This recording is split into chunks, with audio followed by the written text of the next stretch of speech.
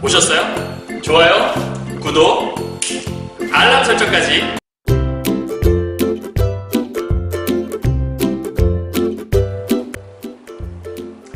안녕하세요. 경화여고 2학년 학생 여러분, 그리고 전국에서 고2 신사고 독서 교과서를 사용하시는 학생 여러분 만나서 반갑습니다. 선생님은 세계 최강 국어쌤 조인수 선생님입니다.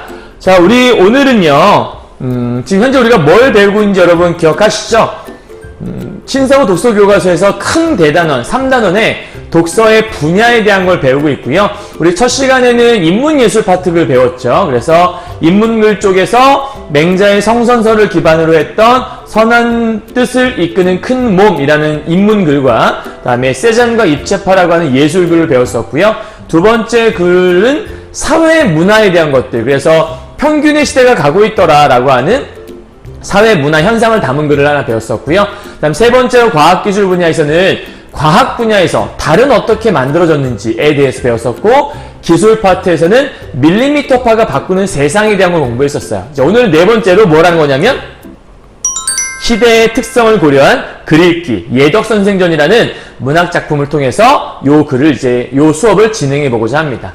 사실 여러분 이제 시대의 특성을 고려한다고 했으니까 이 작품을 보게 되면 그 시대의 특성이 녹아있겠구나, 이제 요거를 우리가 살펴보자라고 하는 거예요. 가령 예를 든다면 지금 지어진 문학작품 속에는 우리의 지금 현재 문화가 들어있겠죠. 뭐 인터넷에 대한 것들도 있을 수 있겠고 빠른 정보사회에 대한 게 녹아있을 수 있잖아요. 그런데 과거 조선시대, 가령 홍길동전이나 아니면 허생전, 과거의 작품 같은 경우에는 그 당시의 어떤 관습과 그 당시의 문화와 그 당시의 사회가 반영이 되어 있겠죠. 그래서 그 작품을 통해서 그 시대의 특성을 잘 고려해서 읽어보자, 이런 얘기를 하고 있다고 보시면 그게 어렵지 않을 거예요. 이해하셨나요? 자, 그렇다면 전체적인 개괄 한번 보고 넘어가야겠죠? 알고 가기부터 한번 가보도록 합시다. 자, 시대의 사회 문화적 특성이 반영된 글쓰기 관습과 독서 문화라고 되어 있네요. 첫 번째 줄에서 모든 것들을 아우를 수 있는 말이 있어요. 뭔 얘기냐면 글쓰기 관습과 독서하는 이 문화가 시대의 흐름에 따라서 뭐에 왔냐면 변해왔다라는 거죠.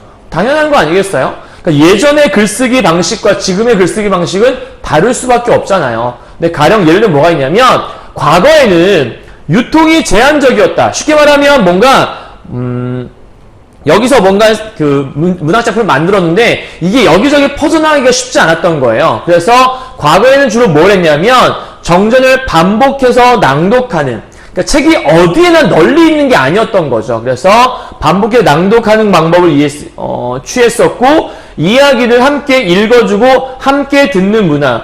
여러분 뭐 드라마 같은 거 보다 보면 서당에서 선생님이 막 하늘천 따지 거물현 막 하잖아요. 그럼 이제 다 따라서 읽잖아요. 약간 그런 거 생각하시면 될 것 같아요. 그러니까 요 1번과 2번이 뭘 보여주는 거냐면 과거의 독서 문화, 쉽게 말하면 과거에는 이러한 독서 문화가 있었구나, 요거를 살짝 보여주는 거라고 볼 수 있겠고, 그렇다면 독서 문화에 대한 거 얘기했으니까 이제 남은 거는 글쓰기 남았잖아요. 밑에 써있네요. 글을 쓸 때 글쓰기는 성현의 말이나 고사, 즉 성현의 말을 이용하거나 고사 등을 인용해서 자신의 주장을 뒷받침하였다. 그럼 이 밑에 줄에 있는 이 부분은 뭘 얘기하는 거냐면 과거에 어떻게 글을 써왔는지 과거의 글쓰기 방식에 대한 게 설명되어 있구나 라고 보시면 되는 거겠네요. 뭐 이런 거죠. 여러분 가장 많이 알고 계시는 고전시가의 소부나 허유의 이야기 아시죠? 자연을 극도로 좋아했고 속세를 싫어했던, 그래서 뭐 얘기를 하다가 자연 속의 삶이 너무 좋은 것 같아, 예찬하고 싶어요. 그럴 때 어떻게 하냐면 소부와 허유가 정말 지혜로웠네, 야 이제 생각해보니까 걔네가 정말 현명했던 것 같아. 뭔 얘기지? 아 맞아, 걔네들은 속세를 싫어했던 애들이지. 그러면서 자기가 하고자 하는 얘기를, 근거를 뒷받침할 수 있는 좋은 사례였다고 얘기하는 거죠. 이해했죠? 그러니까 예전에 글을 쓸 때는 그렇게 고사를 인용하거나 성현의 말들을 많이 따다 썼다는 얘기예요. 그렇다면 오늘 우리가 보게 되는 예덕선생전에도 이러한 것들이 있지 않을까라고 짐작해보고 넘어가시면 되는 거예요. 이해하셨나요? 자, 그렇다면 넘어가서 두 번째 파트, 과거에 이랬다면 현재는 어떨까? 넘어가 볼까요? 인쇄술의 발달로 서적과 독서 자료가 다양해지고, 아까는 유통이 잘 안 됐었잖아요. 그런데 이제 인쇄가 인쇄술이 발달하면서 사람들이 이제 서로 너도 나도 책을 가질 수 있게 된 거예요. 그래서 인쇄술의 발달로 묵독이 보편화되었다. 그러면 여러분 정리해보면 이런 거죠. 여기다가 따로 정리해볼게요. 과거의 모습에서 현재 지금 어떻게 변한 거냐면 묵독이 보편화되는 세상이 온 거예요. 이렇게 해서 두 번째 세상이 온 거죠. 이렇게. 그럼 과거에서 묵독이 보편화될 수 있도록 만들어주었던 게 뭐냐라고 물어본다면 저 위에 있는 인쇄술이라는 게 발달을 해서 묵독이라는 것들이 보편화되었구나. 묵독은 여러분 뭐냐면 소리 내용 읽지 않고 눈으로만 읽는 거예요. 그럼 여러분 보세요. 소리 내용 읽으면 시간이 걸려요. 하나하나 읽어야 되니까. 근데 여러분 눈으로만 읽으면 글을 되게 빨리 읽을 수 있잖아요. 쑥쑥쑥쑥 이렇게 그죠? 그러니까 이런 묵독이 보편화될 수 있었던 가장 큰 이유가 인쇄술의 발달 때문에 책이 많아지니까 이젠 책에 뭐 급할 게 없는 거죠. 그냥 가장 쉬운 예로 본다면 내 책이 아니라면 내가 빨리빨리 봐야 하잖아요. 빨리 보고 빨리 갖다 줘야 되는 건데 아 그건 아닌데? 약간 좀 다른 얘기인 것 같은데 어쨌든 인쇄술이 발달이 되어서 다양해져서 그러니까 여기 있네요. 서적과 독서 자료가 다양해졌으니까 읽을 자료가 많아졌다. 그러니까 이거를 하나하나 다 정독하면서 읽어가면 언제 다 읽겠어요. 그래서 좀 빨리빨리 읽어가는 그런 묵독이라는 것들이 보편화되었구나. 뭐 그런 얘기를 하는 것 같아요. 이 글에 따르면요. 그 다음 오늘날 이제 세 번째예요. 이 묵독이 보편화되어 있다가 그렇다면 오늘날에는 어떤 일이 벌어졌냐. 마지막 오늘날에는 인터넷의 발달. 그럼 묵독이 보편화된 거에다가 이제 더해서 뭐가 발달하냐면 인터넷까지 발달을 해버린 거예요. 자, 이어서 인터넷 발달했어요. 이제는 정보가 너무나 빠르게 유통이 되기 시작하는 거예요. 그래서 자신에게 필요한 정보를 선택하고 그렇다면 오늘날 우리가 글쓰기를 어떻게 읽어야 되는지 여기서 설명해주고 있네요. 첫 번째, 자신에게 필요한 정보를 선택하고요. 다음 두 번째는 정보를 비판적으로 수용하면서 읽는 이 방법이 필요하다는 거죠. 이건 언제의 독서법이죠? 요 1번과 2번 같은 경우에는 오늘날의 독서 방법을 볼 수 있겠네요. 오늘날의 독서법. 정확히 얘기하면 오늘날 우리에게 오늘날 필요한 우리가 지금 가져야 할 독서법 바로 이런 것들이 있다. 왜냐하면 너무나 방대한 자료가 빠르게 다가오니까 그걸 막 아무렇게나 읽는 것이 아니라 읽고 그런가 보다 라고 생각하는 게 아니라 뭔가 좀 비판적으로 정보를 잘 정확하게 캐치할 수 있도록 이게 중요하다는 얘기를 하는 것 같고요. 그래서 또한 글을 쓸 때도 우리 아까 독서법 얘기하고 밑에 글쓰기에 대한 거 얘기했잖아요. 똑같네요. 구조가요. 글을 쓸 때에도 문자뿐만 아니라 사진이나 그림, 동영상 등 여러 양식을 결합하는 재밌는 건데 복합적인 글쓰기가. 아까 같은 경우에 과거에는 어떻게 썼냐면 아까 뭐 성현의 말이라든지 아니면 뭐 고사 같은 것들을 인용해서 자기의 의견을 뒷받침하는 거였다면 여기의 글쓰기는 그냥 단순하게 하나만 이용하는 게 아니라 굉장히 복합적인 글쓰기가 유행하더라. 뭐 이런 얘기를 하고 있다고 볼 수 있겠네요. 여기까지 이해하셨나요? 자, 그러면 과거부터 현대까지 독서법이 어떻게 변해왔고 글쓰기가 어떻게 변해왔는지 설명했고요. 이걸 이제 최종적으로 정리하게 되면 이렇게 되는 거예요. 이처럼 시대의 사회 문화적 특성에 따라 글쓰기 관습이나 방금 얘기했죠. 글 쓰는 법이나 혹은 독서 문화가 달라짐을 이해하고요. 이를 바탕으로 시대별로 다양한 글을 읽는 것이 중요하다. 이렇게 많이 변해왔으니까 뭐가 중요했냐면 시대별로 다양한 글. 그런 포인트는 시대별 다양한 글이라는 게 중요하다고 볼 수 있겠네요. 그죠? 그럼 이렇게 시대별로 다양한 글을 읽는 것이 왜 중요하냐? 그 중요한 이유를 설명해주고 있는 거예요. 첫 번째, 다른 시대의 사람들과 의미를 소통할 수 있게 해주는 게 바로 이렇게 다양한 글을 읽는 것의 어떤 장점? 혹은 특징이라고 볼 수 있을 것 같은데, 두 번째는 다양한 문화와 사고방식을 이해하고 향유할 수도 있게 만들어주고요. 그 다음 세 번째, 인류의 정신적 유산을 계승할 수 있도록 만들어주고, 마지막으로는 전 세계에 대한 안목을 넓힐 수 있게 하더라. 쉽게 말하면 뭐 시대별로 다양한 글을 읽게 되면 내 시야가 그만큼 넓어지고 내 사고방식도 넓어지고 다른 시대 사람들과 소통할 수 있고 어마어마하구나. 이래서 쭉쭉 묶어서 다양한 글을, 즉 다양한 글 읽어서 그 읽기에 뭘 설명하고 있는 거냐면 의에 대해서 설명하고 있다라고 볼 수 있겠네요.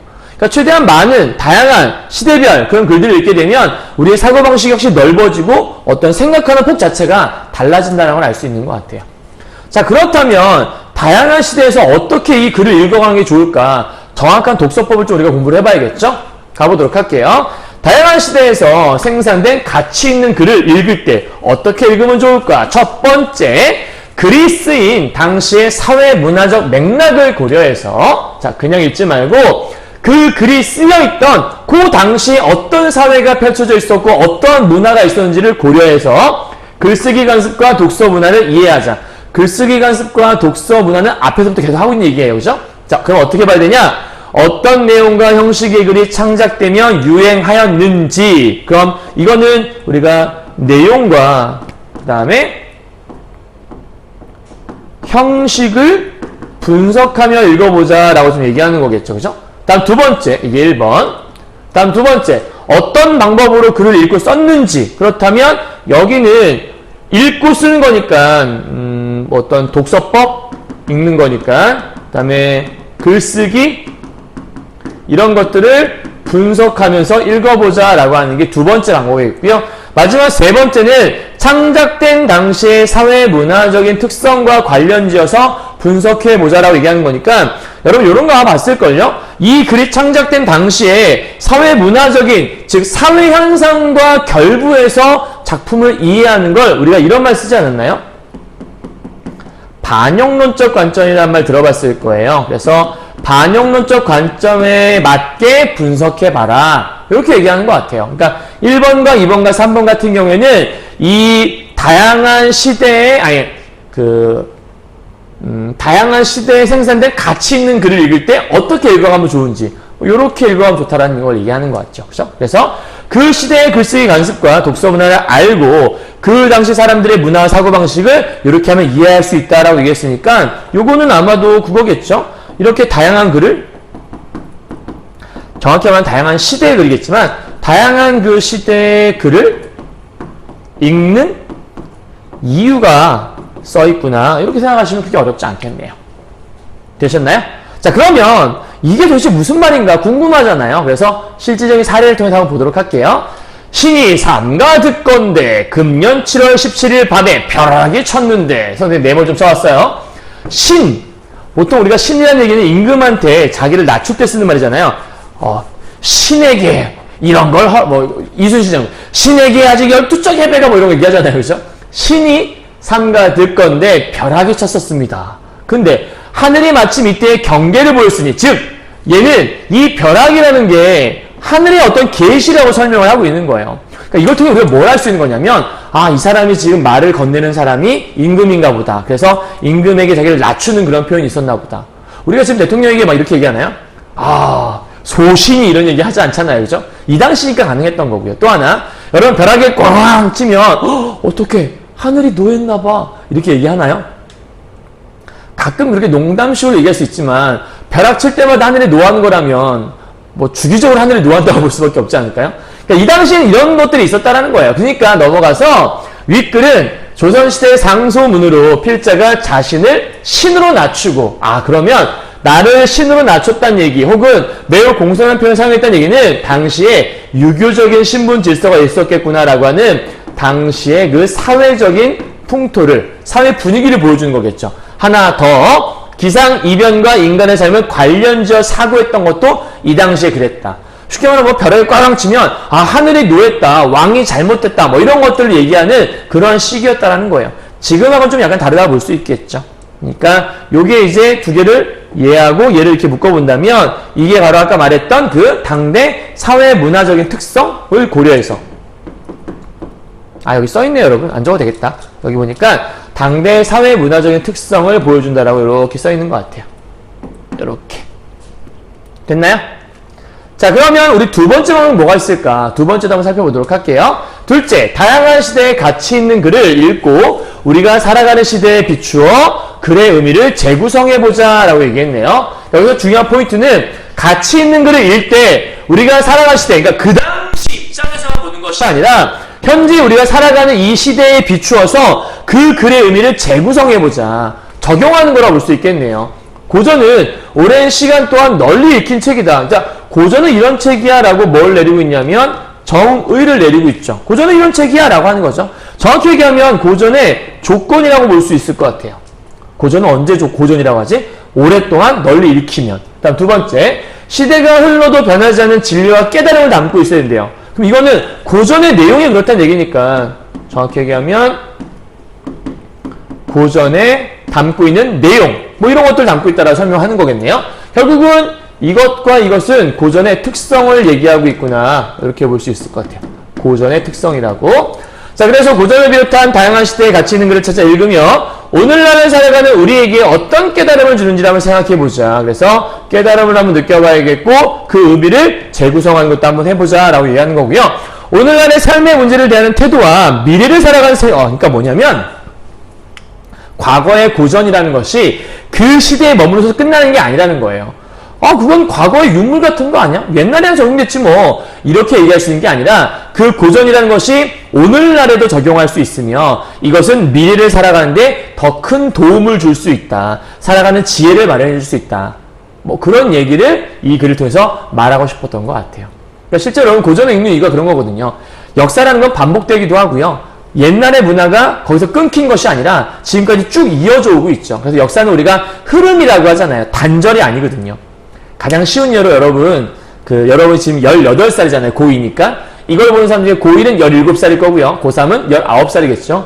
여러분의 그 얼굴, 현재 얼굴, 거울을 한번 보세요. 거울을 보면 여러분의 그 얼굴은 어느 날 갑자기 태어난 18살의 얼굴이 아니거든요. 여러분은 18년간의 세월을 먹은 얼굴이라고 볼 수 있어요. 무슨 말인지 이해해요? 그러니까 과거의 여러분의 그 경험과 온갖 힘들었던 것들, 좋았던 것들이 그런 과거의 경험들이 다 응축되어서 여러분의 모습, 현재의 모습이 만들어졌다라고 볼 수 있잖아요. 그러니까 과거는 단절이 아니라 현재까지 이어져 오고 있는 거기 때문에 과거에 내가 잘못했던 것들을 반성한다면 앞으로 그러한 잘못을 그러니까 되풀이하지 않을 수 있잖아요. 뭐 그런 것들과 함께 연계해서 얘기할 수 있을 것 같아요. 이해하셨나요? 자, 그러면 이런 내용들을 토대로 해서 우리가 이제 앞으로 실질적인 글을 통해 무엇을 배울 수 있을까? 이 예덕 선생전이라는 게 우리한테 뭘 가르쳐 주는 걸까? 그걸 한번 이제 살펴보도록 하죠. 갑시다. 시대의 특성을 고려한 이 글 읽기, 이 예덕 선생전의 제목부터 좀 정리하고 들어가도록 할까요? 이 작품 속에 나오는 예덕 선생전의 주인공은 바로 엄행수라는 사람이에요. 그래서 원래 이름은 아니고요. 행수는 어떤 그 직업, 아니 지칭, 호칭어거든요. 그래서 엄시성을 가진 행수가 있어서 엄행수라고 하는데 이 엄행수를 선생님이라 불렀어요. 그 예덕이라는 거는 덕이 많다 뭐 이런 뜻이거든요. 그러니까 얼마나 덕이 많으면 밑에 보니까 자기 직분에 충실하고 근면하고 성실한, 굉장히 멋진 모습이네요.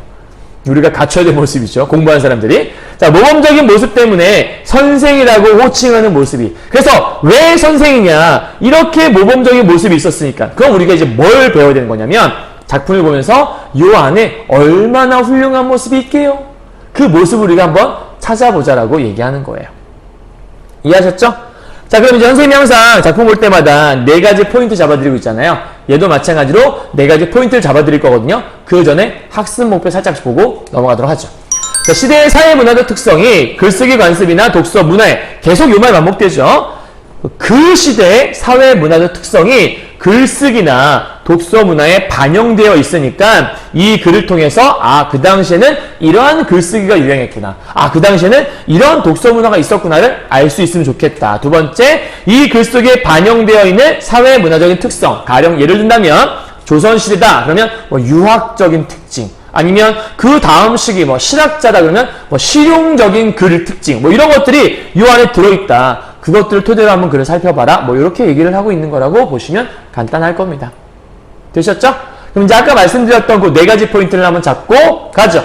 자, 첫 번째, 엄행수에 대한 상반된 평가가 이 안에 드러나요. 엄행수는 우리 주인공 예덕 선생이라고 했죠. 그래서 엄행수에 대한 상반된 평가라는 건 어떤 사람은 좋게 생각을 하고 어떤 사람은 안 좋게 생각을 하거든요. 그게 누구인지도 우리가 밝혀야 되는데 초반에 나와요. 이따 정리하도록 할게요. 다음 두 번째, 이 작품을 대화 중심으로 작품이 이끌어져 가요. 그 얘기는 이 사람의 성격이나 심리 상태를 뭘 통해 알 수 있다는 얘기냐면 말하는 걸 통해 알 수 있다는 얘기예요.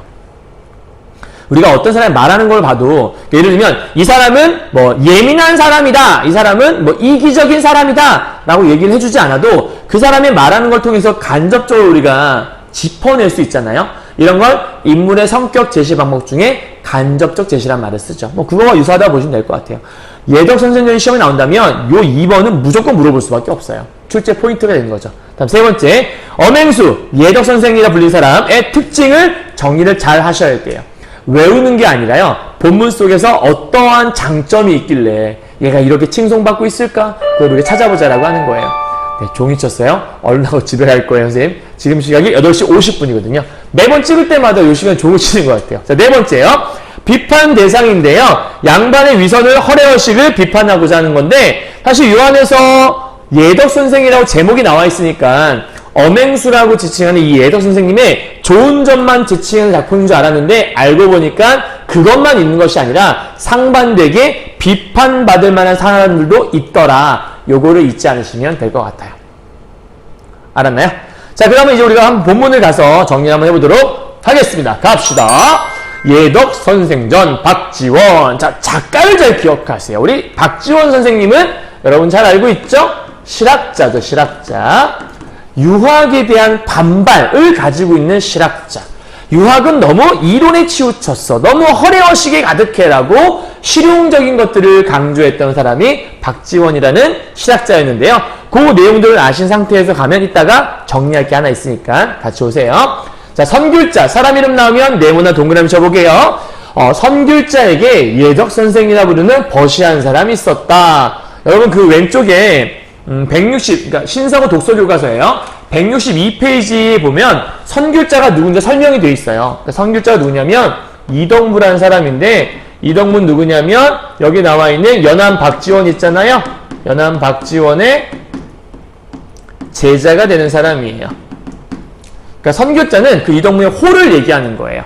그러니까 흔히 말할 때 뭐 이런 거 있잖아요. 연암 박지원, 만해 한용운, 소월 김정식. 김소월이 원래 이름이 아닌 건 아시죠? 김정식이라는 사람인데 소월이라는 호를 붙여서 이름에다 넣었고 함께 부르곤 하는 거죠. 그래서 선귤자 이덕무 선생님이 계신 건데 그분에게 예덕 선생이라고 하는 버시, 즉 예덕 선생은 이 선귤자 선생님의 버신 거예요. 그리고 한 사람 있는데 그는 종본탑 동쪽에 살면서 날마다 마을 안에 똥을 치는 일을. 여러분 똥 치는 일은 그럼 되게 멋진 일인가요? 여러분 똥 치는 일 하고 싶어요? 멋지다 안 멋지다 떠나서 별로 이렇게 땡기는 일은 아니라는 걸 여러분 뭐 다들 생각을 하고 있을 것 같아요. 그죠? 다들 뭐 더 폼나고 좋은 일 하고 싶지. 누가 이런 일을 하고 싶겠어요. 그러니까 지금 말 안에 똥을 치는 일을 생업을 삼고 있다고 얘기했었는데 이거는 뭐냐면 이 당시에 굉장히 천한 일이었다고 얘기해요. 엄청나게 천한 일. 그러니까 천한 일이라고 얘기했던 거는 뭐냐면 이 엄행수의 직업을 얘기하는 건데요. 엄행수의 직업을 얘기하는 건데 이걸 우리가 똥을 치는 일을 천한 일이라고 평가를 하잖아요. 그럼 이거는 이 똥 치는 일의 겉모습을 보고 판단하는 걸 볼 수 있겠죠. 왜냐면 그 당시가 그냥 똥 치는 일을 한 사람을 천하게 봤으니까. 그런데 마을 사람들은 모두 그를 엄행수라고 불렀대요. 이게 이제 이 사람을 지칭한 말이었겠죠. 근데 이 엄행수를 선귤자 선생님이 뭐라고 불렀냐면 예덕 선생이라 불렀잖아요. 그렇다면 마을 안에 똥 치는 일을 하면서 천하다라고 생각하는 그런 모습은 어떻게 보는 거냐면 이 사람의 외면만 중시해서 바라보는 일이 이 천한 일이라 바라보는 시점이겠죠. 누군가가 이 사람은 천하다라고 얘기했다면 그거는 이 사람의 외면만 보는 사람이었다는 얘기예요. 그런데 선귤자 선생님은 예덕, 왼쪽에 뜻 나와 있어요. 162페이지에 왼쪽에 몹시 뛰어난 덕이라 나와 있잖아요. 그러니까 지금 여기 나와 있는 똥 치는 일을 하는 사람이 엄행수를 예덕 선생님이라 부르는 거 보니까 이 선귤자 선생님은 예덕 선생, 이 엄행수의 어디를 본 거냐면 내면을 중시한 사람이었구나. 이렇게 우리가 살펴볼 수 있을 것 같아요. 이해하셨나요? 자, 그러면 이런 일을 내가 왜 했냐면요. 밑으로 가볼까요? 자목이라는 애가 있어요. 자목은 선귤자의 제자예요. 선생님이 세모를 쳐놨잖아요. 선생님이 강의할 때 세모는 되게 안 좋은 게 많거든요. 사람 이름일 때 뭐 적군이거나 나쁜 놈이거나 혹은 비판 대상이거나 미리 정보를 좀 드린 거나 마찬가지인데 자, 자목이 선귤자에게 따져 묻기를. 그래서 이 자목이 이런 사람인 거예요. 천하다고 사람을 이제 깔보는. 자, 내용 볼까요? 예전에 제가 선생님께 벗의 도에 대해 들었습니다. 그러니까 친구의 도에 대해 들었나 보죠? 벗이란 함께 살자는 아내요.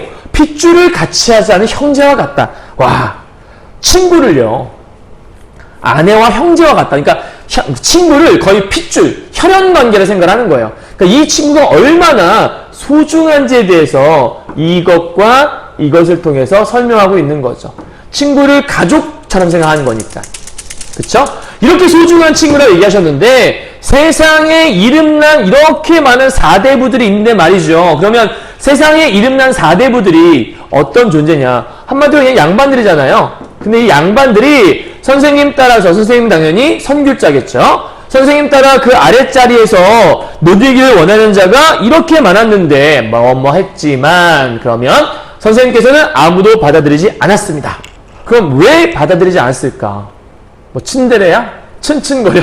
그런 게 아니라 선생님께서 왜 받아들이지 않았냐면 당대 양반들에 대한 인식 자체가 좋지 않았다라는 걸 우리가 설명할 수 있는 거죠. 쉽게 말하면 양반들에 대해서 비판적인 시각을 가지고 있었다. 누가요? 선귤자가요. 그죠? 그러니까 아무도 친구를 하려고 하지 않았겠죠. 그렇게 막 다가와서 아우 선생님 저랑 한번 사귀어 보시죠. 저랑 한번 사귀시면 후회 안 할 겁니다. 막 이러면서 얘기를 막 하는데 선귤자는 관심이 없었던 거예요. 자, 그런데 저 엄행수라는 자는 마을에서 가장 비천한, 나오네요. 가장 비천한 마길꾼이고 열악한 곳에서 남들이 치욕으로 여기는 일을 하고 있는 사람인데 그럼 이 모습과 이 모습은 누가 평가를 내린 거냐면 자목이 내린 평가인 거죠. 누구에 대해서요?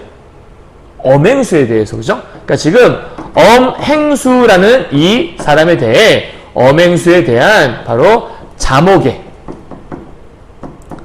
선귤제 제자였던 자목의 평가를 이렇게 보여주고 있는 거죠. 선생님 아까 얘기했었는데 이 자목이라는 사람이 도대체 왜 여기서 이렇게 비중이 있냐? 자목은 이 엄행수를 볼 때 뭘로 보는 거냐면 신분이 천하다라고 하는 신분의 귀천을 지금 얘기하고 있어요. 이 신분의 귀천을 친구의 조건으로 보고 있는 사람이 바로 자목이라는 거죠. 그러니까 자목은 사람을 볼 때 그 사람의 내면을 보는 게 아니라 어딜 보는 거예요? 외면을 보고 있는 거예요. 외면을 중시해서 뭔가 가진 게 많고 높은 어떤 4대부 정도는 돼야 같은 급이라는 게 있지 뭐. 양반 정도의 급은 있어야 사귈 수 있는데 어떻게 이런 사람을 사귈 수 있어? 이런 식으로 얘기를 하는 거예요. 저 똥쟁이하고 어떻게 사겨? 그러면서 밑에 보니까 선생님께서는 자주 그의 덕을 칭송하여 아니 선생이라 부르는 동시에 장차 그와 교분을 맺고 벗하기를 청할 것 같이 하시니 부끄러워요 이렇게 얘기하는 거죠. 그러하오니 문화에 떠나기를 선생님 도저히 선생님 밑에 못 있겠어요. 선생님 부끄러워요. 저 선생님 떠날래요 이렇게 얘기하는 거예요. 이해하셨나요? 선교자가 있는데 자목이 와서 그런 거예요. 선생님 어떻게 그러실 수 있어요? 어떻게 똥쟁이랑 냄새나. 똥쟁이 너무 천한 인간이잖아요. 어떻게 그런 천한 사람과 격이 맞지 않는 사람과 이렇게 사귈 수가 있어요. 저 창피해 선생님 제자 못해요. 저 떠날래요. 이렇게 얘기하는 거예요. 이럴 때 여러분 생각해봐요. 이럴 때 선교자 선생님이 자목아 너 그거 아니야. 너 잘못 생각했어. 이렇게 얘기하면 자목이가 선생님 제가 잘못 생각했네요.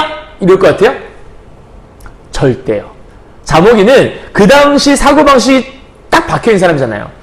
우리 조선시대 때는 산홍공상이라고 해서 양반을 제일 위에 놓고 봤던 그런 시기잖아요. 그러니까 자목의 생각이 이렇게 쉽게 바뀌지 않을 거예요. 왜냐하면 사회 전반적으로 너무 깊게 뿌리 박힌 생각이라서. 그래서 선교자 선생님이 좀 지혜를 내기 시작해요. 가보죠. 하니 선교자는 웃으면서 앉게 내가 자네에게 벗을 사귀는 것에 대해서 말해주겠네. 자네가 지금 친구 얘기를 했으니 내가 친구는 어떤 친구를 어떻게 사귀어야 되는지 한번 얘기해주겠네 하면서 친구 얘기해주는 거예요. 보죠. 속담에 의원이 제병 못 고치고 무당이 제군 못한다란 말이 있네. 그럼 의원이 제병, 병이라는 건 나한테 안 좋은 거니까 자기 결점이라고 우리가 얘기할 수 있겠죠. 그래서 자기 결점은 자기가 못 고친다 혹은 잘 모른다 뭐 이런 뜻이에요. 그러니까 자기 결점 자기가 모른다는 거예요. 그럼 자기 결점 누가 할까? 남들이 알 수 있지 않을까요? 사람들은 저마다 스스로 잘한다고 여기는 것들이 있다네. 내가 잘한다고 여기는 것들은 나의 장점이라고 볼 수 있겠죠. 정확히 얘기하면 자랑하고 싶은 것들이 있겠죠. 예를 들면 아침에 걸어봤는데 괜찮은 것 같아. 오늘 좀 괜찮은데 뭐 이런 것들, 그죠? 아니면 내가 돈이 많다든가 아니면 뭐 키가 크다든가 뭐 이런 게 있을 거예요. 이런 것들이 있네. 그런데 남들이 그것을 몰라주면 그것이 바로 이 장점을 얘기하는 거겠죠. 몰라주면 답답하게 여기면서 도리어 자신의 허물에 대해, 여러분 잘 보세요. 허물에 대해 듣고 싶어 하게 된다네. 그럼 장점을 듣고 싶은 애가 왜 허물을 듣고 싶어 해요? 이걸 잘 이해하셔야 돼요. 장점에 대해 듣고 싶은데 왜 허물을 얘기하냐? 예를 들면 이런 거예요, 여러분. 여러분이 차를 샀어요. 벤츠를 샀다 이렇게 좋은 차를 샀다 칩시다. 근데 사람들이 여러분 차 샀는지 모르잖아요. 그러니까 대화 도중에 주머니 뭐가 들었지? 그러면서 이렇게 키를 툭 꺼내놓는 거예요. 이거 뭐야? 툭. 야, 너 차 샀어? 뭐 그냥 샀어. 이렇게 얘기할 수 있겠죠. 이게 뭐 샀어 그럴 때 야, 나 이거 샀다! 이렇게 자랑하는 사람이 있을까? 생각보다 없을걸요? 예를 들면 이런 거죠. 여러분이 시계를 샀다 생각해봐요. 이제 좋은, 놀랬어라는 시계 샀다 칩시다. 그래서 좋은 시계 산 거예요. 그래서 사고 이제 왔는데, 학교에 왔는데, 친구들이 몰라봐. 그럼 되게 서운하잖아요. 내 장점인데, 왜 몰라보지? 그러니까 몰라주니까 답답하게 여기면서 일부러 이제 가서 치우내는 거죠. 야, 나 오늘 뭐 달라진 거 없어? 나 뭐 좀 이상한 거 없냐? 이렇게 물어보는 거죠. 그럼 이거의 의도는 내가 얼마나 이상한지를 보라는 거예요? 친구들한테, 넌 머리부터 발끝 다 이상해! 이런 얘기를 듣고 싶은 거예요? 그런 게 아니죠.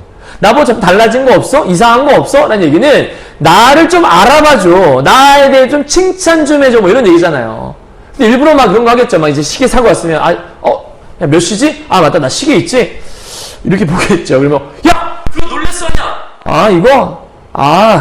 그냥 그냥 좀, 이렇게, 이러시 약간 조금 뻐기듯이. 자, 그래서 사실은 허물에 대해 듣고 싶어 한다는 이 얘기 뭐냐면 사실은 자기의 장점, 칭찬, 이거를 듣고 싶은 그런 마음이 이 안에 들어있다라는 거죠. 그래서 그런 마음 때문에 그런 건데 이때 마냥 그 사람을 칭찬하는 말, 그럼 이제 칭찬해요. 근데 마냥 칭찬한다는 건 뭐냐면 좀 심하게 과도한 칭찬을 얘기하는 거예요. 그럼 누군가를 만났는데 여러분한테 만날 때마다 칭찬만 하는 거예요. 그럼 기분 좋을 것 같지만 너무 많은 과도한 칭찬을 받게 되면 이게 진심이 아닌 것처럼 느껴질 수 있잖아. 그래서 마치 나에게 아첨하는 것처럼 느껴지기도 하고 오로지 단점만 들어오면 만날 때마다 단점 얘기하는 거예요. 야, 나 오늘 좀 뭐 이상한 거 없니? 했더니 너는 머리부터 발끝 다 이상해. 머리도 그게 뭐니? 야, 진짜 이상해? 진짜 이상해. 이렇게 얘기하면 그 친구를 만나고 싶지 않을걸요? 그죠? 그래서 이렇게 단점만 늘어놓는다면 되게 무정하게 보일 수 있을 거예요. 그러니까 이게 좋은 게 아니라는 거죠. 자, 그럼 봐요. 이 모습과 이 모습은 뭐를 잘 못하는 거냐면 수위 조절을 못하는 거예요. 그 수위 조절을 못한다는 걸 한 글자로 선 조절을 못한다는 거죠. 요걸 넘으면 안 되는데 그걸 이렇게 넘어버리는 거죠. 야, 거기까지만 해! 라고 해야 되는데 거기를 넘어서 더 하니까 이제 친구 관계가 깨지고 한다는 거예요. 그래서 넘어가요. 사람의 허물을 말할 때, 그래서 진짜 뭔가 허물을 얘기할 때 있잖아. 어떻게 얘기하는 게 좋냐면 핵심에서 벗어나 슬쩍 돌려 말하는 것이 좋대요. 그러니까 대놓고 얘기하지 말라는 거죠. 가령 예를 들어 내가 옷이 좀 지저분한 것 같다. 그래서 야, 나 오늘 옷이 너무 지저분하지 않나? 나 좀 더럽지 않아? 이렇게 얘기했을 때 뭐야 엄청 더럽네. 이렇게 얘기하면 상처받겠죠. 그러니까 나 너무 더럽지 않아? 그럴 때 글쎄 그냥 오늘 그냥 그런데 나쁜 거 좀 그런가? 이렇게 이 정도로 살짝 돌려 얘기하면 나에 대해 욕하는 것 같지가 않잖아요. 나한테 나무라는 것 같지가 않고. 그러니까 기분이 나쁠 이유가 없잖아요. 그래서 살짝 돌려 말하면 화를 내지 않게 되는 거예요. 왜? 내 듣기 싫어하는 그 부분, 싫어하는 부분을 대놓고 얘기하지 않았잖아요. 그러니까 약간 살짝 돌려서 이렇게 좀 이렇게 처세술을 좀 가지라는 얘기죠. 그러고 나서 슬며시 장점을 숨겨놓은 부분을 발견하듯이, 그러니까 발견을 하듯이라는 얘기는 실제 발견한 게 아니라 원래부터 칭찬하려고 했던 건데 마치 지금 봤다는 듯이 딱 만나자마자 야, 나는 너를 이 위원님이 되게 좋다 생각해. 이렇게 얘기하는 것보다 야, 나 지금 알았는데 너 이런 점이 있네 라고 얘기하면 왠지 조금 뭐가 좀 더 진심 같잖아요. 방금 발견한 거라고 볼 수 있는 거니까. 뜻하지 않게 발견한 것처럼. 그래서 이쪽 약간 좀 이것도 방법적인 측면이겠죠. 그래서 장점은 좀 은근히 말해주면 얘가 와, 이거 진짜 진심 같아. 감동하게 된다라는 거예요. 이해 갔나요? 자, 그래서 여기 보면 등을 토닥여달라고 했을 때에는 겨드랑이까지 이거 이상하지 않니? 등을 토닥여달라고 했는데 왜 겨드랑이 때려? 그건 오바지. 또 하나, 가슴을 어루만져달라고 했을 때 가슴을 좀 두들겨달라고 얘기했는데 가슴을 막 치다가 목을 막 치고 있는 거야. 그럼 이것도 오바지. 그러니까 지금 여기서부터 여기까지 이렇게 묻게 되면 요거의 얘기는 선을 넘지 말아라. 이런 얘기를 간단하게 한다라고 볼 수 있는 거죠. 그래서 이 부분의 핵심 포인트는 뭐냐면 선을, 그러니까 정확히 얘기하면 앞에 일정한 말 쓸까? 일정한 선을 지켜라. 요런 얘기를 하고 있는 거예요. 그러니까 친구들을 만났을 때 적절하게 좀 잘 그 선을 지켜서 해라. 이런 얘기를 하는 거죠. 그렇다면 여러분 지금 요 부분에서 지금 하고자 하는 얘기 있잖아요. 앞에서부터 지금 와서 어떻게 하라고 얘기하는 거냐면 이게 되게 뭐랄까 진심으로 사람 사귀는 것 같지는 않죠. 그러니까 왜냐하면 허물이 있으면 말을 해줘야 되는 건데 그걸 돌려 말하고 장점도 마치 지금 발견한 것처럼 그건 가짜잖아요. 그러니까 요 안에는 진심이라는 게 별로 보이지 않는 그리고 약간 이렇게 숨겨놓은 거 발견한 시 은근히 말해주는 것도 일종의 약간 좀 아첨하는 그런 모습이 있는 거잖아요. 살짝 아첨하는 모습이 있는 그러니까 요 모습들은 진정한 사귐이라기보다는 그냥 세속적인 속세의 인간들이 사귈 법한 세속적인 사귐에 대해서 이렇게 지금 표현을 하고 있는 거예요. 그래서 선교자 선생님이 세속적인 사귐에 대한 것들을 통해서 친구는 이렇게 사귀는 거야 라고 지금 얘기를 하고 있는 거죠. 그럼 요거는 사실 진심이 담겨있지 않고 말을 아첨해서 꾸며서 하는 거거든요. 그래서 말을 아름답게 색깔을 입히는 거 교묘한 말로 색깔을 입혀서 아첨하는 걸 우리가 사자성어로 뭐라고 하냐면 교원영색이다라는 말을 또 쓰기도 해요. 그래서 문제집 같은 거 보게 되면 이런 얘기도 많이 써 있거든요. 그래서 참고해서 같이 알아두시면 좋을 것 같은데요. 어쨌든 이 모습은 세속적인 사귐이에요. 그러니까 좋은 사귐은 아닌 것 같다는 느낌이 드는데 이렇게 얘기를 해주고 나서 뭐라고 하냐면 선교자 선생님이 결국 그 사람에 대한 칭찬이 들어있다면 그 사람은 기뻐하고 자신을 알아준다고 생각할 것이지 이렇게 벗을 사귀면 좋지 않겠는가 라고 이 선교자한테 선교자야 이렇게 사귀면 친구 잘 사귈 수 있다 이게 되게 좋은 거야 라고 지금 얘기를 해주고 있는 거예요. 그러니까 이 선교자의 제자였던 자목이 뒷걸음질을 치며 뭐라고 하냐면 선생님 진짜 완전 실망이에요. 어떻게 이런 시정잡배 그냥 흔들어야 그 약간 그냥 깡패들이나 이런 하인들 그냥 정말 이 몰지각한 인간들이 할 만한 그런 행동들을 저한테 하라고요? 너무하신 거 아니에요? 이런 사귐은 아니죠. 이건 진짜 사귐이 아니잖아요. 이렇게 얘기를 하는 거예요. 자, 잘 보셔야 되죠, 여러분. 사실 그냥 애들이 이 예적 선생님 읽을 때 대충 읽고 넘어가는 경우가 많거든요. 잘 보세요. 선교자가 말하기를 그렇게 말하는 것을 보니 자네가 부끄러워하는 것은 자 별표 다른 것이 아니라 바로 이런 것이로구만 이렇게 얘기하는 거예요. 여러분 이게 뭔 얘기냐면 이런 거예요. 자목이 친구 사귐의 처음에 뭐라고 했냐면 친구를 사귄 건 격이라는 게 있죠. 어떻게 그런 천한 인간과 사귈 수 있습니까? 라고 얘기했잖아요. 그러니까 자목의 머릿속에는 천하다, 귀천이라는 게 친구 사귐의 조건이라고 있던 거예요. 근데 선교자 선생님이 뭐라고 했냐면 야 친구 사귈 때 제일 중요한 건 뭐 이런 거야. 그러니까 유도리 있게 조금 그냥 여러분 적당하게 진심은 안 담겨도 괜찮으니까 약간 좀 아첨하면서 세속적으로 사귀는 게 진정한 사귐이야 라고 얘기를 살짝 해버린 거예요. 그러니까 여기 있는 이 자목이 에이 그건 아니죠. 사귐은 그런 사귐은 아닌 거예요 라고 얘기했어요. 그럼 여기서 지금 이 선교자 선생님이 자네가 그럼 부끄러워한 것은 다른 것이 아니라 이런 것이로구만. 그럼 이런 것이라는 건 방금 선교자 선생님이 얘기했던 그런 걸 얘기하는 거잖아요. 그러니까 이런 것이 뭐냐면 세속적인 사귐을 얘기하는 거죠. 무슨 말 이해해요? 그러니까 선교자야 네가 지금 부끄러워하는 게 이런 거 부끄러워하는 거잖아. 내가 방금 얘기했던 그 세속적인 사귐이 잘못된 사귐이라고 얘기하는 거지. 그럼 너가 얘기하는 건 다른 건 아니네. 그럼 이 다른 게 뭐냐? 앞에서 얘기했던 그 자목의 다른 생각을 얘기하는 거죠. 그럼 그 다른 게 뭐냐? 바로 엄행수의 직업. 쉽게 말하면 직업의 귀천을 얘기한다고 볼 수 있는 거죠. 자, 정리해 줄게요. 뭔 얘기인지. 이런 거예요. 친구는 격이 맞는 사람과 천한 인간과 사귀면 안 된다고 생각합니다. 라고 얘기했더니 대놓고 거기다가 야 천하다 이런 거 따지면 안 돼 라고 얘기해봤자 신분질서 사회에서 말이 안 통할 것 같으니까 다른 방식으로 얘기를 해주고 있는 거예요. 야 진정한 사귐이란 세속적 사귐이지 어때? 정말 끌리지 않니? 이렇게 얘기하니까 자목이 에이 그거는 사귐의 방법이 아니잖아요. 그건 좋은 사귐 아니에요. 그러니까 선생님이 뭐라 하냐면 그래? 아 너도 알고 있네. 야 이게 진정한 사귐이 아니잖아. 그러니까 사귐의 중요한 조건은 세속적인 거 요러지 않으면 되는 거잖아. 이렇게 얘기하는 거예요. 그럼 세속적이지 않으면 되는 거니까 네가 처음 얘기했던 그 천하다 귀하다는 친구 사귐의 조건으로 따질 만한 게 아니네. 이렇게 얘기하고 있는 거예요. 너도 방금 얘기했잖아. 잘못된 사귐이란 이런 세속적 사귐을 얘기하는 거지. 그럼 네가 아까 말했던 그 직업의 귀천은 생각할 바가 아닌 거네. 그러니까 다른 것이 아니라 이런 거네. 이 다른 것이 어맹수의 귀천 얘기. 그래서 이 자목에게 스스로 깨닫도록 만들어준 거예요. 자, 그럼 이제 질문할 건 여기서 말하는 이 세속적 사귐이 진정한 사귐인가?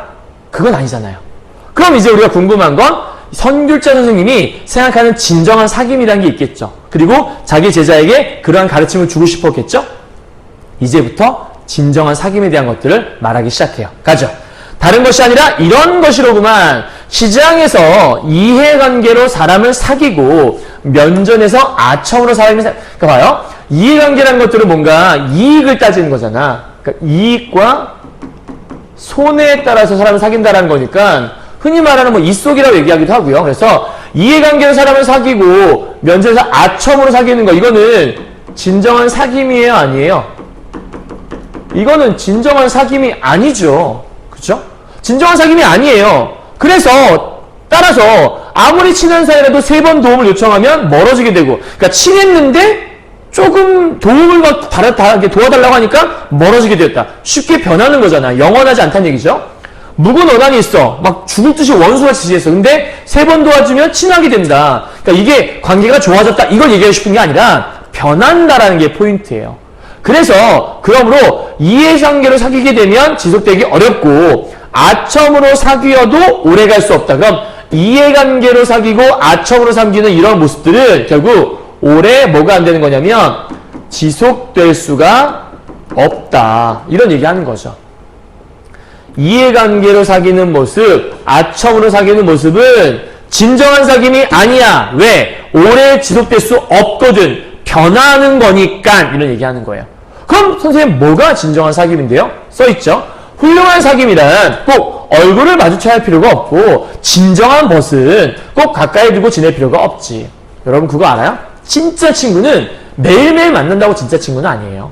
물론 그런 친구도 있을 수 있겠지만 선생님 같은 경우도 정말 친한 친구가 있는데 수원에 이제 선생님은 이제 제일 친한 친구가 있어요. 현재 EBS에서 강의도 하고 있는 멋진 친구예요. 그런데 그 친구를 1년에 한두 번 만날까 말까 해요. 그런데도 불구하고 선생님한테 누가 진정한 친구냐라고 물어본다면 선생님은 2번 생각 안 하고 그 친구라 얘기를 해요. 그 친구도 아마 그렇겠죠? 아마 그럴 거예요. 근데 가끔 연락해도 마치 어제 얘기했던 것처럼 너무 반갑고 항상 좋더라고요. 근데 그렇게 자주 두지 못한다고 해서 진정한 친구가 아니냐? 뭐 그렇진 않거든요. 그러니까 그런 걸 얘기하는 것 같고요. 자, 괄호를 좀 묶어볼게요. 마음으로부터 묶어봐요. 형광펜 있으면 좀 들어보시고요. 마음으로 사귀어야 덕과 의리가 통하는 것을 만나게 되는 것이니 이것이 바로 도의로 사귀는 것일세까지 묶어요. 여기가 바로 뭐냐면 여기는 이 괄호 부분 있죠? 요게 바로 진정한 사귐에 대해서 설명을 하고 있는 부분이라고 생각하시면 될 것 같아요. 그러니까 지금 선귤자 선생님이 생각하는 진정한 사귐은 뭐로 사귀는 걸 얘기하는 거냐면 마음으로 사귀는 거. 그래서 이게 지금 이 작품에서 말하고자 하는 주제의식을 담고 있는 거라 볼 수 있겠죠.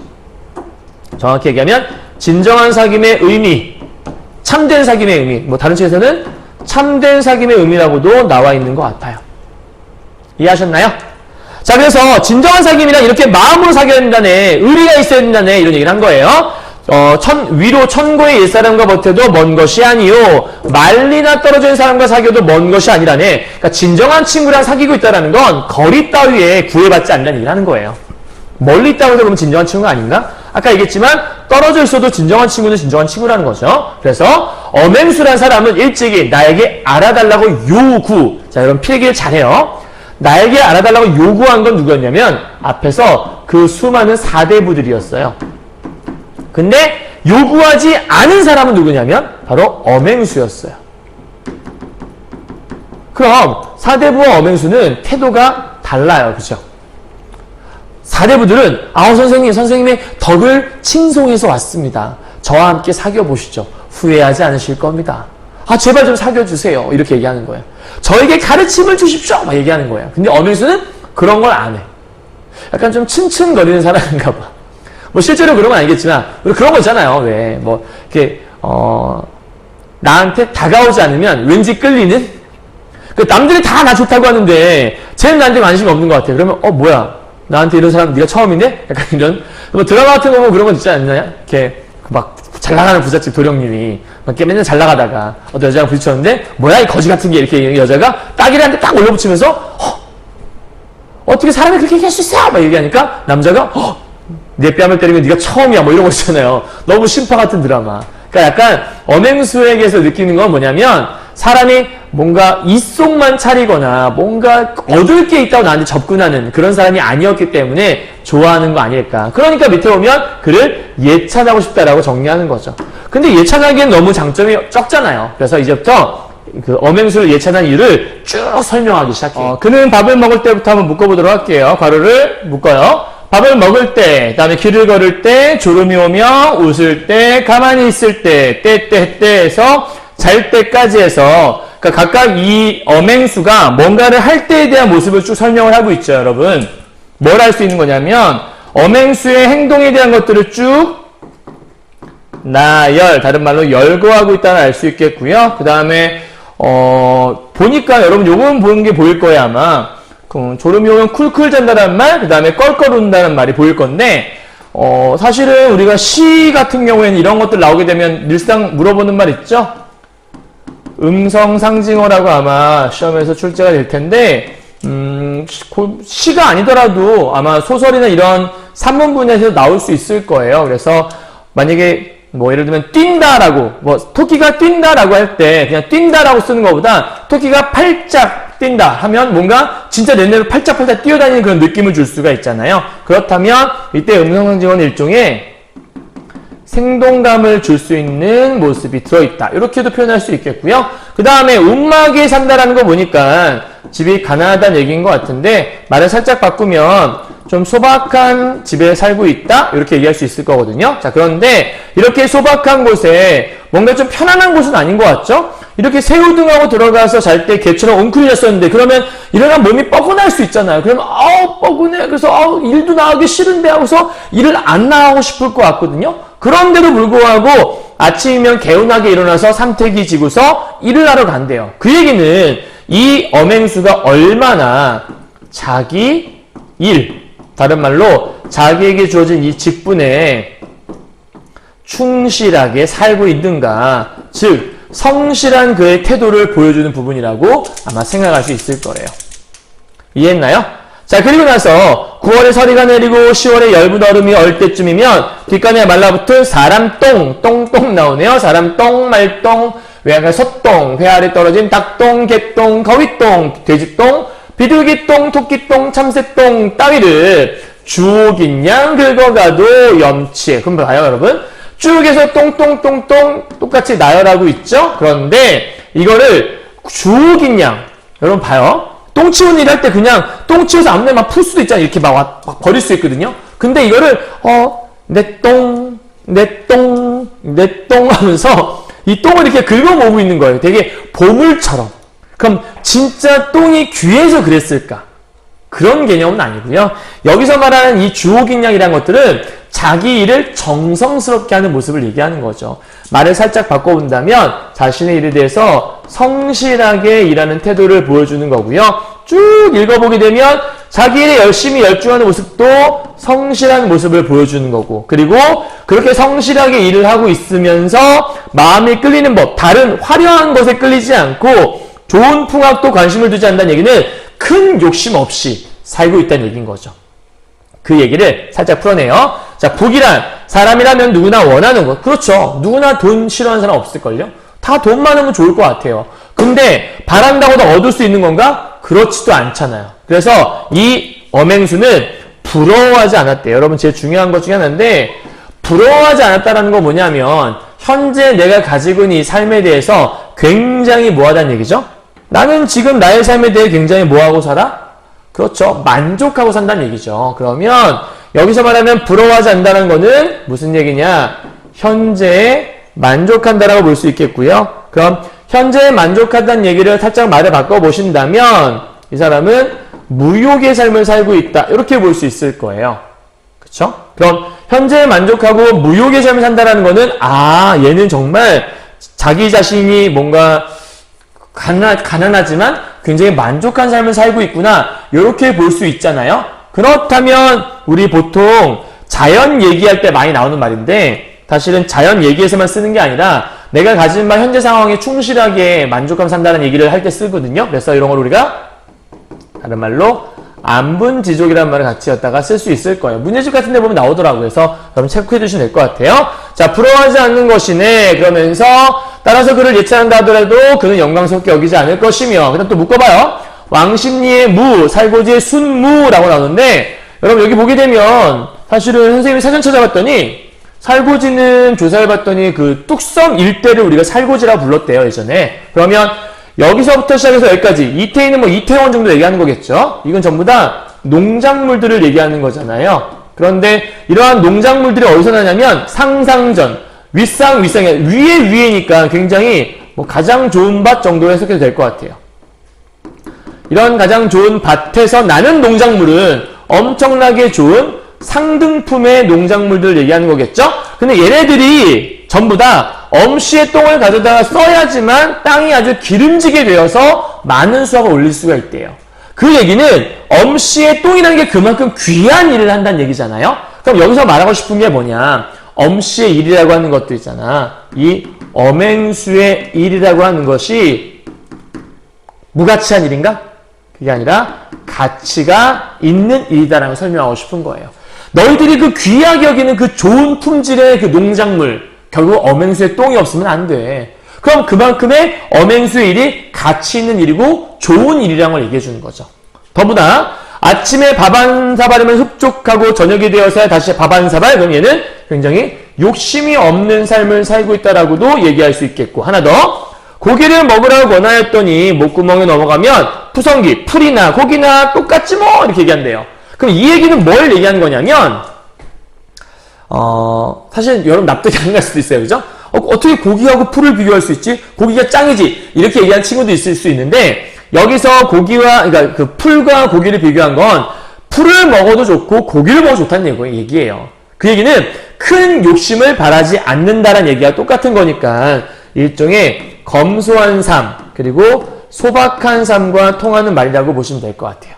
검소하고 소박한 삶. 그래서 현재 삶에 굉장히 만족하고 사는 거니까 요 얘기를 다시 또 풀자면 안분지족의 삶이라고 함께 엮어낼 수 있겠네요. 그리고 나서 반반한 옷이나 좀 입으라고 넓은 소매를 입으면 몸에 익숙하지 않고 여러분 잘 보세요.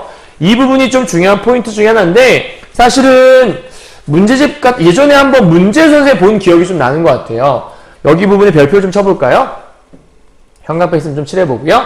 넓은 소매 입으면 몸에 익숙하지 않아. 왜? 일하기 불편하니까. 또 하나 새 옷을 입으면 더러운 흙을 질 수가 없잖아요. 더러운 게 묻으면 또 싫을 거니까. 결국은 이 사람은 뭘 중시하는 거냐면 옷이 실용적인 게 중요하지. 실용적인 것들을 실용성이라고 쓸까요? 실용성을 중시하는 모습. 말을 좀 바꿀게요. 격식을 따지지 않는 모습이 있는 거죠. 이게 뭐가 중요하냐면 이제 당시 배경을 고려하자면 박지원 같은 경우에는 실학자잖아요. 박지원의 일화를 살펴보면 어떤 격식이나 허례허식에 빠진 성리학자들을 별로 좋아하지 않았대요. 그러니까 이러한 실용성을 중시하는 모습은 이 글을 지었던 작가, 다른 말로 이 안에 등장하는 실학자였던 박지원 있잖아요. 그 실학자 박지원의 일종의 가치관을 드러내는 말이라 볼 수 있다. 그러면 뭐 얘기하고 싶은 거지? 허례, 허식 따위는 필요 없어라고 비판하는 글이라고 볼 수 있다는 얘기죠. 그럼 이제 여러분 하나 체크할 게 뭐냐면 저기 나는 저 넓은 소매란 말 있죠? 그럼 넓은 소매는 한복이잖아요. 한복이 편할까? 이렇게 치렁치렁한 거 있으면 밥 먹을 때도 다 묻을 거고 엄청나게 불편할 거 아니에요. 근데도 왜 이러고 입고 다니는 거예요? 양반이니까. 나는 양반이니까. 그럼 여기서 말하는 이 넓은 소매가 바로 앞에서 얘기했던 그 허례 허식에 대한 얘기를 설명하고 있는 거라고 보시면 된다는 얘기예요. 이해하셨어요? 자, 그리고 정월 초하루 아침임이 되면 뭐 하냐면 울간 갖춰 있고 새벽에 다니기도 해. 그러니까 얘는 뭐를 차릴 줄 아냐면 예의 있는 사람이기도 한 거죠. 예의를 잘 차린 사람. 굉장히 좀 좋은 모습이 많네요. 또 하나요. 이 사람을 평가할 때 이렇게 평가를 해요. 엄행수와 같은 이는 아마도 자신의 덕을 더러움으로 감추고 세속에 숨어 사는 대은 아주 큰 사람이다. 이렇게 얘기를 하고 있는 거죠. 그러면 더러움이란 것들은 아마도 자기 직업이니까 똥에 대한 얘기를 하는 것 같으니까 사람들이 원래 되게 훌륭한 사람인데 겉으로 티를 안 내려고 하는 그런 멋진 사람이야 라고 이 엄행수의 삶을 예찬하고 있는 부분이라 볼 수 있겠고요. 자, 우리 앞에서 이런 얘기 배운 적 있죠. 과거의 글, 독서할 때 중요한 게 과거의 글들은 어떤 성현의 말이나 혹은 고사를 인용하는 경우가 있었다. 옛날 멋진 책의 내용을 현재 인용해서, 여기도 마찬가지죠. 인용해서 사용하고 있는 거죠. 어떤 구절이냐면 부귀를 타고 나면 부귀하게 지내고 빈천을 타고 나면 빈천한 채로 지낸다라고 되어 있죠. 그러면 요거는 현재 자기에게 주어진 것에 만족하고 산다는 얘기니까 일종의 분수에 맞는 삶이 중요하다. 분수에 맞는 삶을 강조하는 부분이라고 볼 수 있겠네요. 그죠? 그리고 사실 이 부분과 이 뒤 부분은 서로 구조가 똑같으니까 대꾸라고 볼 수도 있겠고요. 하나 더요. 시경에서 뭐라고 하냐면 이른 아침 새벽부터 밤까지 공소 같은 장소에 있으나 진실로 명이 똑같지 않기. 그러니까 명이 똑같지 않다는 얘기는 일종의 운명을 얘기하는 건데 자기에게 주어진 일이라는 뜻을 갖고 있어요. 그러면 모든 사람들에게 주어진 일이 다 똑같지 않잖아요. 같지 않거든요. 그 얘기는 자기에게 주어진 삶에 맞게 살라는 얘기라고 볼 수 있는 거거든요. 그래서 넘어가서 뒤에 보니까 분수란 말 나오네. 똑같이 분수에 충실하라는 거고, 그럼 하늘이 만백성을 낼 때 정해진 분수가 있으니 명을 타고난 이상 무슨 원망할 까닭이 있으랴라고 얘기했다는 얘기는 원망할 필요가 없다라는 얘기잖아요. 그럼 일종의 서리법을 설명하는 말이라 볼 수 있겠고, 그럼 원망할 일이 없다는 얘기는 운명에 충실하게 살라고 얘기하는 거니까 요 얘기의 특징은 뭐냐면 자신의 본분에 충실한 그러한 삶을 살아라. 이 본분에 충실한 삶을 강조하고 있는 부분이구나 라고 생각하시면 될 것 같아요. 자, 그리고 새우젓 먹게 되면 달걀을 먹고 싶고 칼포옷 입게 되면 모시옷 입고 싶어지게 마련이다. 그런 거죠. 먹으면 자고 싶고 자면 눕고 싶고 여러분의 모습과 비슷하죠. 그러니까 이렇게 되면 나라가 어지러워질 수도 있고 그다음에 농토가 황폐하게 될 수도 있고 뭔가 안 좋은 일이 벌어진다는 거죠. 그럼 이 모든 것들은 뭐냐면 적당히 해야 되는데 이거 했다고 또 하고 싶고 이거 했다고 또 하고 싶으면 결국은 과도한 욕심을 부리면 이것으로 인해서 폐단이 발생할 수 있다라고 설명을 하고 있는 경고하는 모습이라고 볼 수 있죠. 그러니까 적절하게 자기의 분수를 지키고 살란 얘기를 하는 거예요. 그죠? 그래서 대표적인 사람들이 누가 있냐? 진승, 오강, 항적, 신사호 교과, 독서 교과서 오른쪽 165페이지 오른쪽에 보게 되면 이 사람들의 특징이 뭐냐면 이렇게 써 있죠. 분수를 몰라요. 분수를 모르고 욕심하고 그다음에 야망만 엄청나게 컸던 사람들, 그러니까 분수에 충실하지 않았던 사람들인 거죠. 그래서 그 뜻이 농사일에 안주할 인물들이었겠니? 짐을 짊어져야 할 사람이 수레를 탔으니, 자, 새로운 주역이라는 책을 통해서 한 번 더 인용을 하는데 요거를 우리가 뭐라고 하냐면 여러분 잘 써나요? 부차승 치구지라는 말로 설명해요. 6글자인데 이거 참고로 신사고 문학교과서를 1학기 때 배웠던 사람이라면 알 건데요. 이거 공방전이라는 소설에 이런 인용 부분이 나오거든요. 그러니까 유명한 구절들은 같이 이제 인용해서 많이 쓰는 것 같아요. 그래서 부차승 치구지 짐을 짊어져야 할 사람이 수리를 탔으니 도적을 불러들일 것이다. 이게 뭔 얘기냐면 자 설명해 줄게요. 주역의 이 부차승 치구지가 이런 내용이에요. 짐을 등에 지고 사는 사람은 소인, 즉 천한 직업을 가진 사람들, 흔히 말해 수레를 타고 다니는 양반이 아니라 일반 서민들을 얘기한다고 보시면 돼요. 그래서 등을 짐에 졌으면 걸어가야 되잖아요. 근데 등을 짐에 지고, 아니, 짐을 등에다 지고 수레를 타고 간다는 건 소인이 해야 할 일들을 한 상태에서 여기서 끝나야 되는데 군자에게 넘보는 거예요. 그러니까 분수에 맞지 않는 행위를 비판하는 거라 볼 수 있는 거죠. 다시 한번 정리해 드릴게요. 짐을 짊어져야 할 사람, 즉 소인이 수레를 탔다. 군자의 영역을 넘보면 이런 뜻이에요. 그럼 도적을 불러일으킬 것이다. 그러면 이 부분이 말하는 건 쉽게 이런 거죠. 분수에 맞지 않으면 나라가 위태로워질 수 있다. 이런 얘기를 한다라고 보시면 되는 거죠. 계속해서 분수, 자기 본분에 충실한 얘기를 하는 거예요. 그래서 의리에 맞지 않으면 만종의 녹, 아무리 많은 돈을 준다고 해도 불결한 것일 것이고 아무런 노력, 그럼 여기서는 중요한 게 의리와 노력에 관한 얘기를 하는 거니까 요 괄호 안의 부분이 말하고 싶은 건 뭘 얘기하는 거냐면 결국은 의로움이라는 것 있죠. 의로움과 노력의 중요성에 대해서 쭉 설명을 해주고 있네요. 이렇게 해서. 되셨나요? 되게 중요한 거니까 여러분 잘 알아두셔야 돼요. 시험에 나올 만한 것들이 좀 많이 보일 거예요. 자, 이제 마지막 마무리하도록 하죠. 그런 까닭에 사람이 죽었을 때 입속에다가 구슬을 넣어주면서 그 사람이 깨끗하게 살았음을 나타내주는 것일세. 어맹수는 지저분한 똥을 날라다주고 먹고 살고 있으니 지극히 불결하다 할 수 있다. 이거는 세속적인 평가죠. 세속적인 평가이면서 어딜 보고 평가한 거냐면 외적인 면을 보고 평가한 거예요. 그렇죠? 이렇게. 그러니까 흔히 말하는 겉모습만 보고 평가한다면 쟤는 정말 더럽고 불결한 존재다라고 얘기할 수 있겠지만 중요한 건 그게 다가 아니라 그가 먹고 사는 방법은 지극히 향기롭다. 즉, 그 사람의 삶은 향기로운 삶이야 라고 얘기했으니까 이걸 향기롭다고 얘기하는 이유는 이 사람의 내적인 면을 들여다보는 거라고 볼 수 있겠고 의리를 지키는 점에서도 직이 높다라고 했으니까 이것도 마찬가지로 내적인 면을 살펴본다라고 얘기할 수 있을 거예요. 되셨나요? 자, 그리고 나서 밑에 보게 되면 깨끗한 가운데서도 깨끗하지 않은 것들이 있더라. 요게 이제 말했던 그 위선적인 4대부들의 모습들을 뭐 하는 거냐면 비판하는 거라고 볼 수 있겠고요. 더러운 가운데 더럽지 않은 것들, 어맹수의 모습이겠죠? 그래서 이런 어맹수의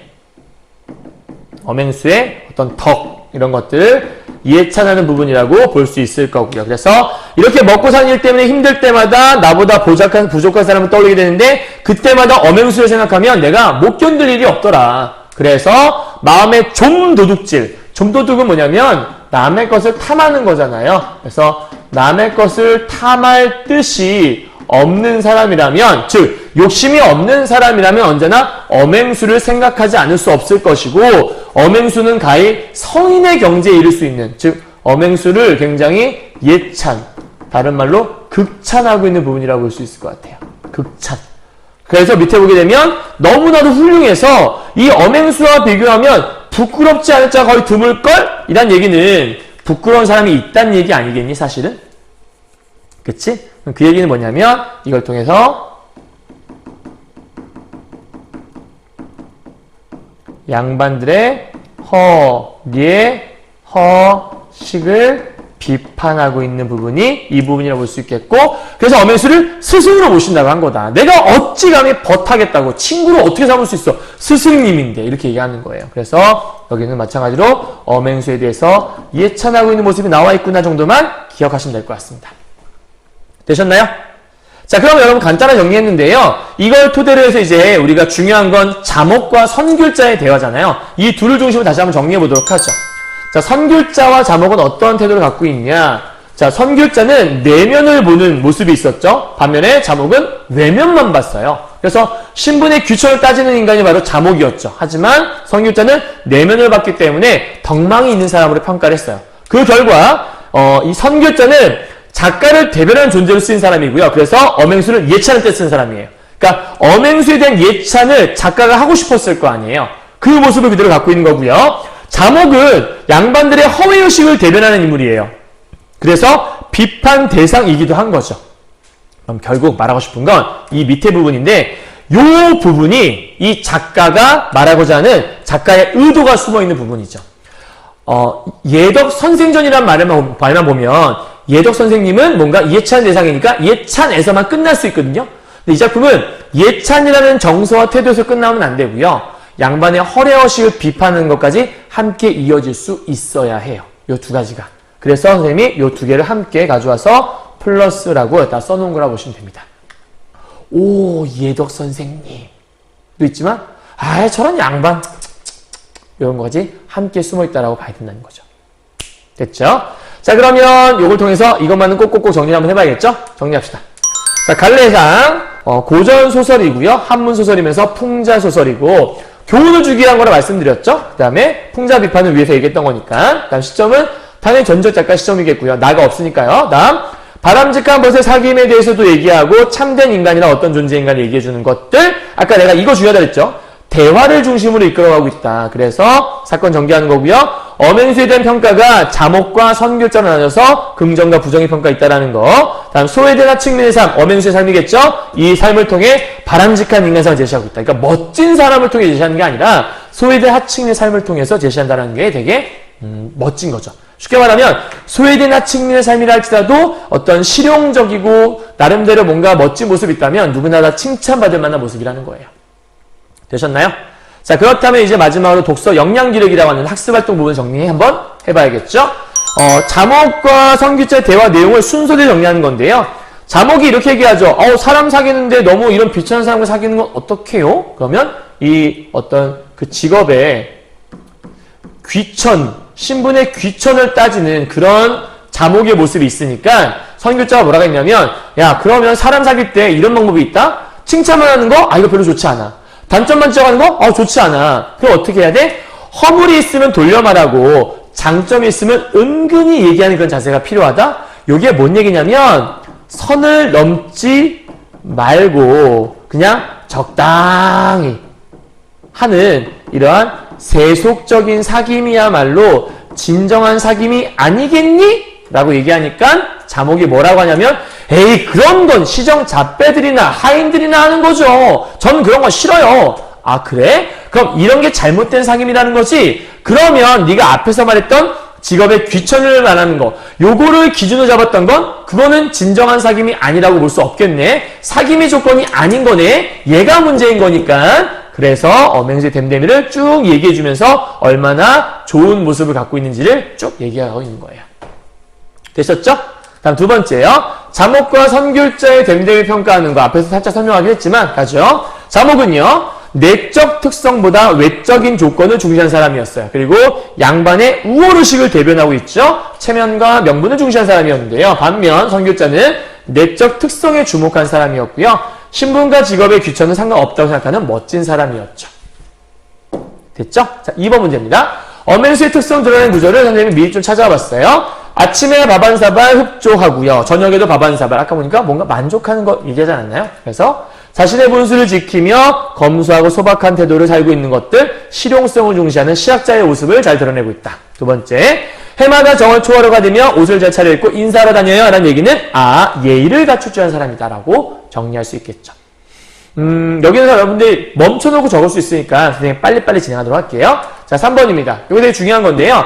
전에 대한 설명이 나와 있는 거예요. 그래서 뭐가 중요한 거냐면 저는 시작에서 인물을 소개하고 중간에서 인물의 사상 통해서 특성을 얘기하고 마지막 끝부분에서는 인물을 논찬하더라. 써놓을까요? 시작, 중간, 끝이라고 하는데 여기는 소개를 하고 그 다음에 여기는 인물의 특성을 얘기하고 마지막으로 여기서는 논찬, 평가를 한다는 얘기예요. 이렇게. 자, 근데 전의 작가층이 점점 확대되었다. 어떻게? 다양한 신분이나 직업 가진 사람들로까지 확대가 되더라. 밑에 보니까 충효나 신의 등의 주제들을 비롯해서 여러 주제들에 대한 교훈을 많이 가져오는 그러한 시기가 바로 요 시기더라라고 설명하고 있는 거고요. 자, 나번이에요. 조선에서는 오래전부터 성리학이 지배적이었는데 대표적인 것들로 상모, 먼 옛날에 숭상하는 것, 용사, 옛사람의 말과 옛일을 빌려 쓰는 것. 그래서 옛사람의 말과 옛일을 빌려 쓰는 행위는 아주 장려되는 좋은 글쓰기 활동이었다라고 설명해주고 있는 거예요. 자, 그럼 이제 문제인데요. 가를 참고해서 예덕선생전에서 전이지는 관습적 글쓰기의 특성, 요거 통해 얘기하라는 거거든요. 자, 보자. 시작 부분, 소개하는 거죠. 예덕 선생님이라고 소개를 하고 시작했죠. 그 다음에 어떤 특징이 있는가를 이 사람의 삶과 태도를 통해서 특징을 쭉 설명하고 있고요. 마지막 끝부분에서는 엄행수가 이러한 사람이라고 평가 내릴 수 있는 논찬을 하고 있는 게 스승으로 모실 만한 사람이야라고 평가를 내려주고 있는 거죠. 됐나요? 자, 2번입니다. 엄행수와 같은 신분이나 직업을 가진 인물이 전의 주인공이 될 수 있었던 이유가 무엇일까? 당대 사회가 바로 이런 사회였던 거예요. 교화를 중시하던, 즉 교훈을 주어서 사람들 바르게 이끌기를 좋아했던 그런 조선시대인데 여러 주제에 대한 교훈을 폭넓게 제시하기도 했었고 다양한 신분이나 직업 가진 이들을 주인공을 삼아서 작품의 대상이 변화하고 있더라. 그래서 엄행수를 통해 말하고 싶었던 건 당시 세태를 경계하고 외형만 중시하는 모습이요. 다음, 내적 가치를 높이는 게 중요하다라고 이런 두 내용들을 강조하고자 했던 작품이 바로 예덕선생전이라고 얘기하고 있는 겁니다. 자, 이제 마지막인데요. 3번이요. 예덕선생전에서 글쓰기 연습을 보여주는 좋은 구절. 아까 우리 글쓰기 과거 거니까 이때는 뭔가 빌려쓰기 잘했다면서요. 그래서 우리가 인용에 대한 걸 잠깐 가져와 보도록 하죠. 중용이나 시경이라는 책을 인용했을 때는 뭐 했냐? 만백성에게 하늘이 준 분수가 있다는 것들을 증명하는데 아주 신뢰성을 부여할 수 있는 그냥 옛날 글이었으니까 옛날에 유명했던 글이니까. 다음 주역 부차승 치구지라고 했던 거 있죠. 수레 얘기 나왔던 거. 여기는 분수를 모르는 삶을 살면 사이가 혼란스러울 수 있다. 그런 교훈을 주기 위해 이러한 좋은 글을 가져와서 좋은 효과를 거두고 있다라고 설명하는 글인 겁니다. 이해하셨나요? 자, 여기까지 정리 끝이라고 볼 수 있습니다. 자, 고생하셨고요. 오늘 글을 비롯해서 이제 여러분 선생님이 이 독서 교과서를 강의할 거는 다 이제 거의 다 끝났거든요. 이제 다음 시간에 뭐 할 거냐면 이 독서의 분야 마지막 부분에 그 별책 부록처럼 나노아트 예술세계라는 글이 있어요. 198페이지에 있거든요. 다양한 분야의 글쓰기인데 가장 작은 예술세계 나노아트 이 글까지만 강의를 하고 이제 마무리할 거예요. 안녕 코르데라는 스페인 문학인데 강의를 하지 않을 거고 이번 우리 경화여고 시험 범위에서는 여기 있는 나노아트까지가 들어가거든요. 그래서 다음 시간에 인문이 아니지 예술과 과학의 복합지문 요 강의하는 걸로 다시 만나 뵙고 이렇게 하면 독서에 대한 강의는 이제 정리가 어느 정도 될 것 같습니다. 자, 오늘 강의는 너무 고생 많았고요. 경화여고 학생들은 기말고사 잘 보시고 다른 학교 학생들 같은 경우에는 국어 대박을 꼭 이루시길 선생님이 기도하겠습니다. 다들 화이팅! 수고하셨습니다.